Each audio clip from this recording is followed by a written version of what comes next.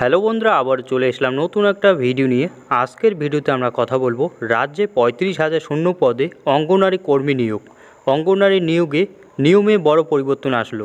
তো চলুন ভিডিওটি দেরি না করে শুরু করা যাক। রাজ্যের বিভিন্ন জেলায় আবারও বিপুল পরিমাণ অঙ্গনওয়াড়ির কর্মী নিয়োগ হতে চলেছে। মোট 35,000 কর্মী নিয়োগের কথা জানিয়েছে রাজ্য সরকার।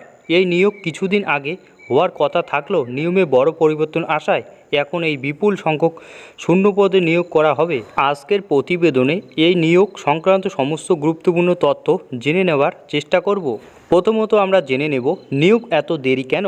এই শূন্য পদে বহুদিন আগেই নিয়োগ হওয়ার কথা ছিল, কিন্তু রাজ্য সরকারের মতে কেন্দ্র সরকারের নতুন নিয়ম এই নিয়োগ প্রক্রিয়ার দেরির জন্য দায়ী। রাজ্য সরকারের জানার আগেই অঙ্গনওয়াড়ি কর্মী এবং সহায়তা পদে আবেদনের জন্য আলাদা আলাদা শিক্ষাগত যোগ্যতা প্রয়োজন ছিল। সেখানে অঙ্গনওয়াড়ি কর্মী পদে আবেদন করার জন্য উচ্চ মাধ্যমিক পাস এবং সহায়তা পদে নিয়োগের জন্য অষ্টম শ্রেণী পাশের যোগ্যতা প্রয়োজন হতো। কিন্তু বর্তমানে কেন্দ্র সরকারের এই শিক্ষাগত যোগ্যতায় কাঠামো পরিবর্তন করে দুই ক্ষেত্রে আবেদনের জন্যই উচ্চ মাধ্যমিক পাসকে ম্যান্ডেটারি করে দিয়েছে।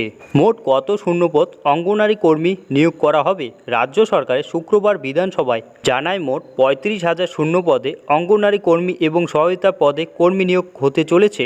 কিছু কিছু জেলায় এই নিয়োগ প্রক্রিয়া শুরু হয়ে গিয়েছে এবং বাকি জেলায় খুব তাড়াতাড়ি নিয়োগ প্রক্রিয়া শুরু হতে চলেছে। বিধানসভার মন্ত্রী জানায় পশ্চিমবঙ্গে মোট অঙ্গনওয়াড়ি কেন্দ্রের সংখ্যা 1,19,481টি। এই সমস্ত কেন্দ্রে মোট 21,492টি অঙ্গনওয়াড়ি কর্মী পদে ফাঁকা রয়েছে এবং 13,906টি সহায়িকা পদ শূন্য অবস্থায় রয়েছে। এই সমস্ত পদের এবার কর্মী ও সহায়িতা নিয়োগ হতে চলেছে। মোট শূন্য পদের সংখ্যা 35,398টি।